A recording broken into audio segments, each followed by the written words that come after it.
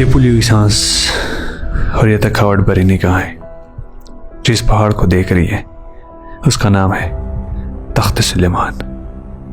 बलूचिस्तान और खैबर पख्तूनख्वा के दरमियान वाक़या है और इसकी ऊंचाई 3800 मीटर है। तारीख में बताया जाता है कि हज़रत सुलेमान अलैहिस्सलाम इस पहाड़ पर चढ़े थे, जिसकी वजह से इस पहाड़ का नाम उनके नाम से रख दिया गया है। और पख्तून कौम के बाप हज़रत कैस अब्दुल रशीद बाबा का मज़ार भी इस पर मौजूद है।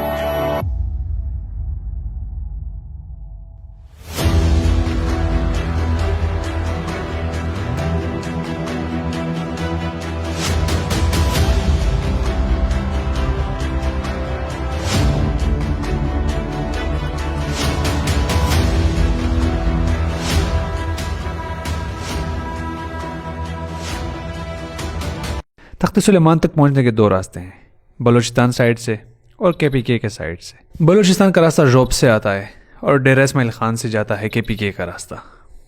चूँकि मुझे डेरा इस्माइल खान की तरफ से जाना था तो डेरा इस्माइल खान से मैं सबसे पहले दराजिंदा पहुंचा। दराजिंदा से आके छोटा सा एक गाँव आता है रागासर, वहाँ पहुँचा।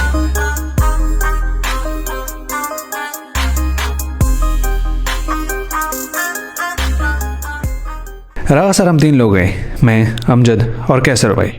रागासर में हमारा इस्तकबाल देसी अंडों और चाय से हुआ। फिर मेरे दोस्त आधे रास्ते के साथ ही थे। चाय पीने के बाद वो वापस चले गए और फिर मैं लोकल्स के साथ रागासर का गाँव देखने।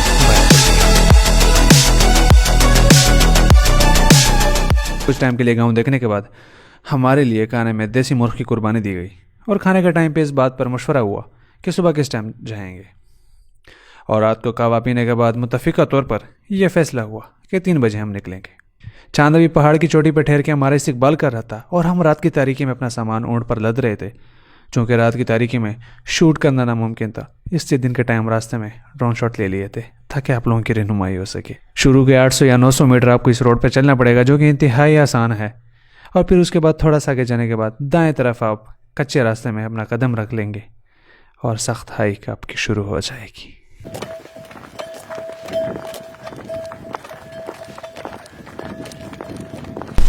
तकरीबन 3 घंटे के सफ़र के बाद इस जगह तक पहुँचे हैं। 3 बजे 3:30 बजे हमने सफ़र शुरू किया था। जो सबसे मुश्किल रास्ता है वो हमने कवर कर लिया था, क्योंकि सारा सामान हमारा ऊँट पे पड़ा हुआ था। हम पैदल आ रहे थे।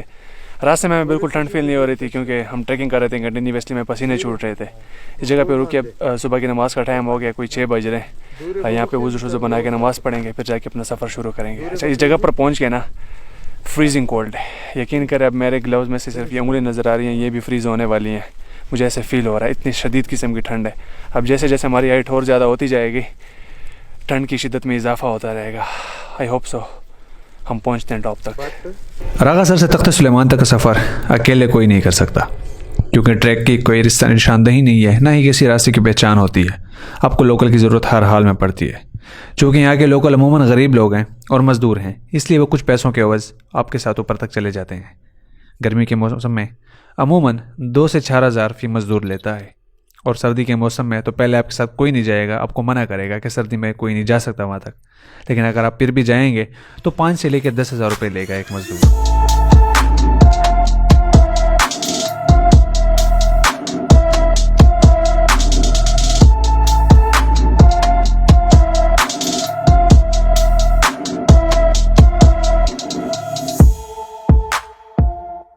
आपकी 2 रातें रास्ते में आ सकती हैं, इसलिए सोने के सामान और खाने के पीने के सामान पे कोई कंप्रोमाइज़ नहीं करना चाहिए, और ये सारी चीज़ें आपके साथ मज़दूर उठाएगा।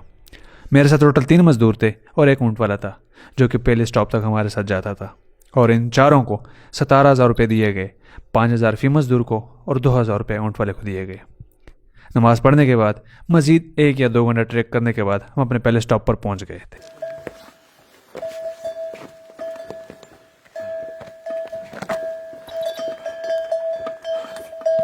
पहले स्टॉप पर पहुंचकर ऊँट से सारा सामान उतरवा दिया गया। अब इससे आगे सारा सामान मज़दूर अपने कंधों पर उठा कर ले जाएंगे। मैंने अपने जूते उतार लिए और थोड़ा सा बैठ के रिलैक्स होने लगा और सोचने लगा, और बाकी इन लोगों ने आग जलाकर चाय और नाश्ते का इंतजाम करने में लग गए।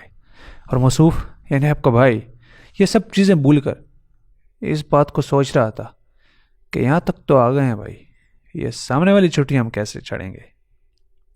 लेकिन मेरे साथी शायद अपनी एनर्जी किसी और तरीके से बूस्ट कर रहे थे, और जब मैंने इनसे वजह पूछी तो उन्होंने बड़े आसान अल्फाज में बता दिया।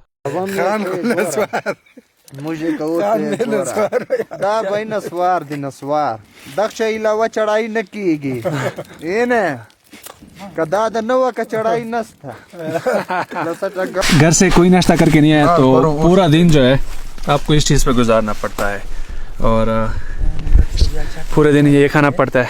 कोई खाना शाना नहीं मिलेगा। खाना अगर रात को हमने कहीं जाके बना लिया है वरना इस चीज़ पे इसको कहते हैं सराय की ज़बान में डोडा भी कहते हैं, यहाँ के लोकल इसे चुकाई कहते हैं।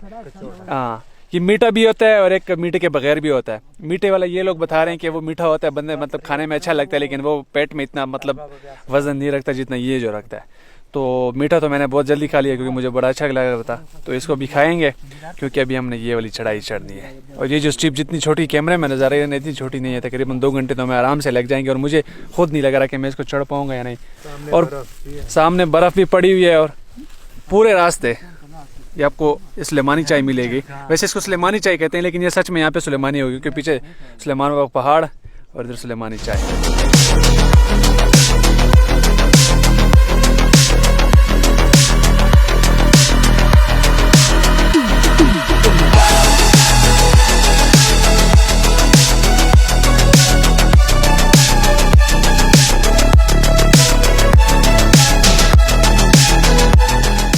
तो सुलेमान पर जाते हुए मजदूर के अलावा कुछ और ज़रूरी सामान जो आपको चाहिए होगा, यानी आपने 2 रातें गुजारनी है तो सोने के लिए बिस्तर, बर्तन। चूँकि आप हाइकिंग ज़्यादा करेंगे तो आपको प्रोटीन भी ज़रूरत होगा, तो इसलिए देसी मुर्गियाँ भी हों तो बेहतर है। और यहाँ पर वाइल्ड लाइफ बहुत ज़्यादा है, जैसे कि चीते, भेड़िए और बाकी ख़तरनाक जानवर। तो अपनी हिफाजत के लिए कुंदुक वाली कुल्हाड़ी भी अगर पकड़ लें तो ज़्यादा बेहतर होगा। और सबसे ज़रूरी चीज़ मेडिसन्स। और यहाँ पे पानी का बहुत ज़्यादा मसला होता है, तो अपने साथ पानी की बोतलें या पानी के कैन रख लें। इंतहाई मुश्किल चढ़ाई थी, सबके इंजन काम करना छोड़ गए। ये है तख्त सुलेमान, ये हमारी डेस्टिनेशन है। लेकिन साहब बता रहे हैं कि बर्फ़ पड़ी हुई है, बहुत मुश्किल है कि हम चढ़ पाएँ क्योंकि अगर हम चढ़ेंगे तो एक ही होगी, या हमारी जान बचेगी या हमारी जान जाएगी। चढ़ना मुमकिन नहीं है, फिर भी कोशिश करते हैं। आज थोड़ी स्टे करते हैं, आगे जाके खाना शाना कुछ खाते हैं। खाया तो है वैसे, तो दोबारा एक ब्रेक लेंगे, उसके बाद देखते हैं आगे का। देखते हैं अगर रास्ता में मिलता है, अगर रास्ता मिलता है तो हम कल सुबह फिर इंशाल्लाह एक्सपीडिशन शुरू करेंगे।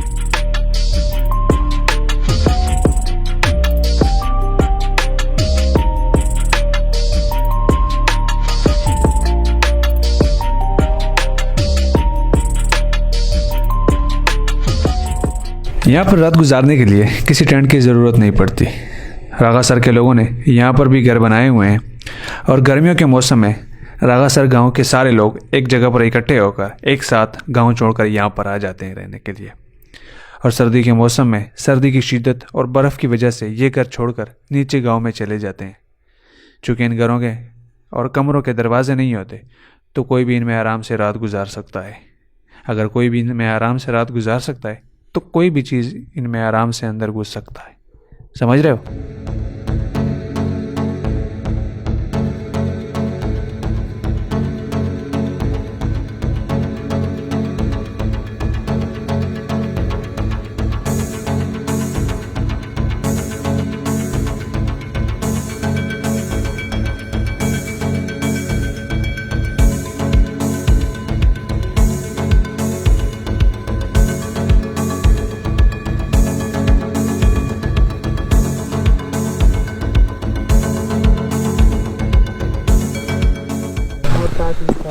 ये चढ़ाई तक पहुँचे हैं। यहाँ से बर्फ़ भी ज़्यादा होने लगी है, थोड़ी थोड़ी सी, इतनी ज़्यादा नहीं है लेकिन ज़्यादा होने लगी है। और ये टॉप है। तो अभी हम डिसाइड कर रहे हैं, यही मशवरा चल रहा है, सारे थके हुए यहाँ पे लेटे हुए हैं मेरी तरह। यही फैसला हो रहा है कि करीब एक जगह पुंगा का नाम है उस जगह का, वहाँ पे रात गुजारे हैं। यहाँ पर अगर हम सीधा सीधा निकलते हैं बर्फ़ में से 5 घंटे लगेंगे, इस पहाड़ के बिल्कुल पीछे पहुँच जाएंगे। तो अभी ये डिसाइड हो रहा है कहाँ पहुँचेंगे। लेट्स सी कहाँ पे स्टे करते हैं। कल अगर हमें रास्ता मिलता है तो हम फिर हम कल टॉप तक पहुँचेंगे। अगर हमें रास्ता नहीं मिलता तो कल हम वापसी करेंगे या फिर यहाँ से या फिर आधे रास्ते से। यहाँ से मालूम हो रहा था कि रास्ते में काफ़ी बर्फ़ पड़ी है और शायद आगे जाने का रास्ता भी मुश्किल है, लेकिन मेरा दिल सेटिस्फाइड नहीं था। तो हमने ये फ़ैसला किया कि 3 लोग स्टे वाली जगह पर चले जाएंगे, वहाँ पर आग लगा लेंगे और खाने का बंदोबस्त करेंगे। मैं और शेर मोहम्मद मज़ीद आगे जाएंगे और ख़ुद रास्ता देखते हैं। अगर हमें रास्ता मालूम होता है कि हम आगे जा सकते हैं तो कल सुबह हम यहाँ से अपना मज़ीद सफ़र जारी करेंगे, और अगर रास्ता में मालूम होता है कि चलने लायक नहीं है तो कल सुबह हम यहाँ से वापसी करेंगे।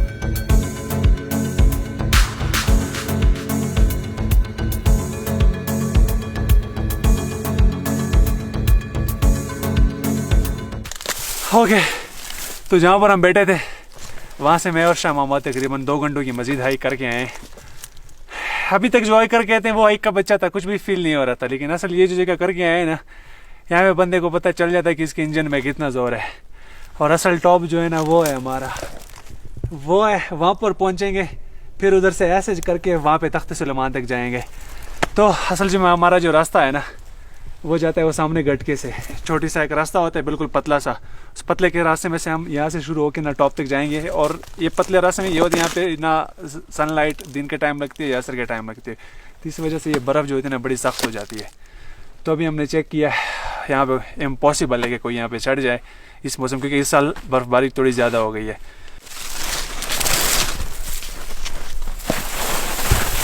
वहाँ से मैं और शेर मोहम्मद इस इरादे पर रवाना हुए कि कल सुबह यहाँ से इंशाल्लाह हमारी वापसी होगी। पोंगा गांव पर हमारी स्टे थी। स्टे वाली जगह पर पहुंचकर पहले से ही बेहतरीन किस्म की आग लगी हुई थी, और ठंड की शिद्दत की वजह से यकीन करिए आग मुझे ऐसे महसूस हो रही थी जैसे किसी अंधे को बेनाई मिल गई हो। और यहाँ पर लकड़ियों की कमी बिल्कुल भी नहीं है, इसलिए दिन रात भी यहाँ पर बंदा आग लगा सकता है। अच्छा, तो यहाँ पे पानी बिल्कुल भी नहीं होता। यहाँ पे जो घर है ना, लोकल जो घर है, इन्होंने अपने घरों में तालाब बनाए हुए हैं बारिश के पानी को स्टोर करने के लिए। कि मेरे ख्याल से बारिश बहुत टाइम से नहीं हुई या क्या हुआ है, वो तालाब जो है उनका पानी बड़ा ख़राब हो चुका है। तो अभी अंदर के लिए हम ये बर्फ़ जो है ना, जहाँ पे ज़्यादा बर्फ़ पड़ी हुई है, इसी बर्फ़ को यूज़ कर रहे हैं। इसी बर्फ़ को डालते हैं एक बर्तन में, फिर इसको हम मेल्ट करते हैं, फिर गर्म करते हैं, फिर चाय बनानी है या फिर पानी को यूज़ करना हो, इसी तरीके से हम सर्वाइव कर रहे हैं।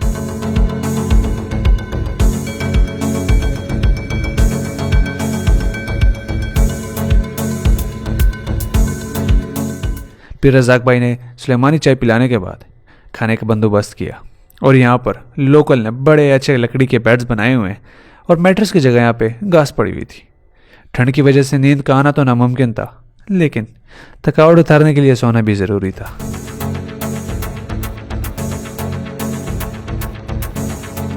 अच्छा, तो सुबह हुई है। कल रात तो प्लान यही था कि यहीं से वापसी करेंगे, लेकिन मेरा दिल नहीं चाह रहा। मैं इनको दोबारा कह दिया, मैंने कहा यार मुझे हर हाल में पहुंचाओ, ऊपर तक टॉप तक जाना है मुझे। असल जो रास्ता है ना वो वहाँ से जाता है, वहाँ पे बर्फ़ ही बर्फ़ पड़ी है। इम्पॉसिबल है 2 महीने तक कोई वहाँ पे चढ़ सके, क्योंकि स्लिप मारती है बहुत बुरी तरह। तो अभी हम सोच रहे, मैं वो रास्ता देख रहा था कि यहाँ से सीधा चढ़ के ना ऊपर टॉप तक जाते हैं, वहाँ से इधर आ जाएंगे। बट अब ये दोनों डिसाइड कर रहे हैं, ये वाला रास्ता देखते हैं, यहाँ से सीधा ऊपर जाके ये सामने ऊपर तख्त है, यहाँ तक पहुँचते हैं। लेकिन ये है बहुत सख्त रिस्की रास्ता, स्लिप होने का खतरा है। लेकिन हम अब डिसाइड करें। हाँ शममदा पकमजो पदे बलारसो पदे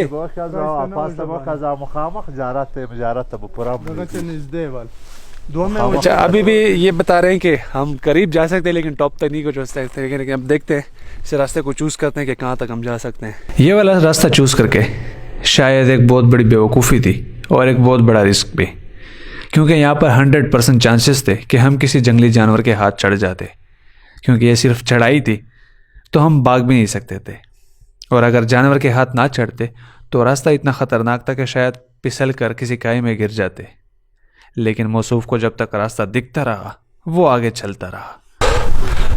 इस जगह तक पहुँच गए और इस मोड़ पे पहुँच के रास्ता नहीं है आगे। अब ज़्यादातर तो हमने कवर कर लिया है।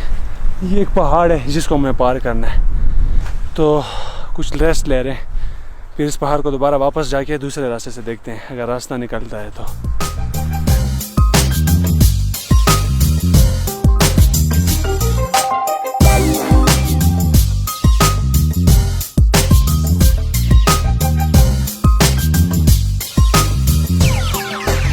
It sound right, boys.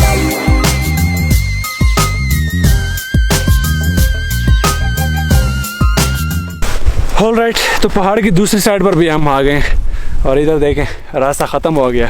अब रहता है बिल्कुल एक ही रास्ता हमारे पास, और वो है ये वाली क्लिफ़। और जब तक आपके पास हाइकिंग गियर ना होना प्रॉपर, इस पे चढ़ना इम्पॉसिबल है, बिल्कुल मुमकिन ही नहीं है। तो चढ़ना तो इम्पॉसिबल है। अब हम कोशिश करते हैं कि ड्रोन शॉट से तख्त का शॉट बना लें ऊपर तक का। फिर हमारा काम तकरीबन मैं सेटिस्फाइड हो जाऊंगा। मेरी वजह से इन बेचारों को भी आना पड़ रहा है, ये बेचारे इनकी भी जान छूट जाएगी, मेरा काम भी हो जाएगा। लेकिन हवा बहुत ज़्यादा तेज़ चल रही है, ड्रोन पे भी थोड़ी सी घबराहट हो रही है कि कहीं ऐसा ना हो ना ड्रोन जाके घुस जाए कहीं पे, या हवा इसको कहीं ले जाए, क्योंकि इतनी हाइट पे बैठे हुए ज़िंदगी और मौत के दरमियान हम बैठे हुए हैं।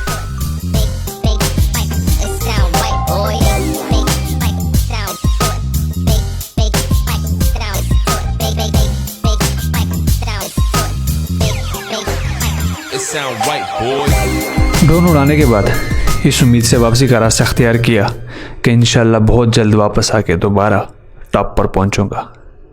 और गवर्नमेंट और टूरिज़्म डिपार्टमेंट से गुजारिश है कि यहाँ पे ट्रैक्स बनाए जाएं और रास्ता बनाया जाए, ताकि दूसरे इलाकों से आने वाले टूरिस्ट जो हैं उनको रास्ते में आसानी हो, और उनकी स्टे के लिए कैंपिंग पॉट्स बना दिए जाएँ या कैंपिंग साइट बनाया जाए।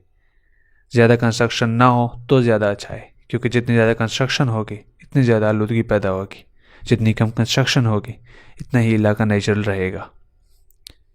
आपकी दुआओं का तलबगार जमशेद बरकी आपसे इजाज़त चाहता है। खुदा हाफिज़।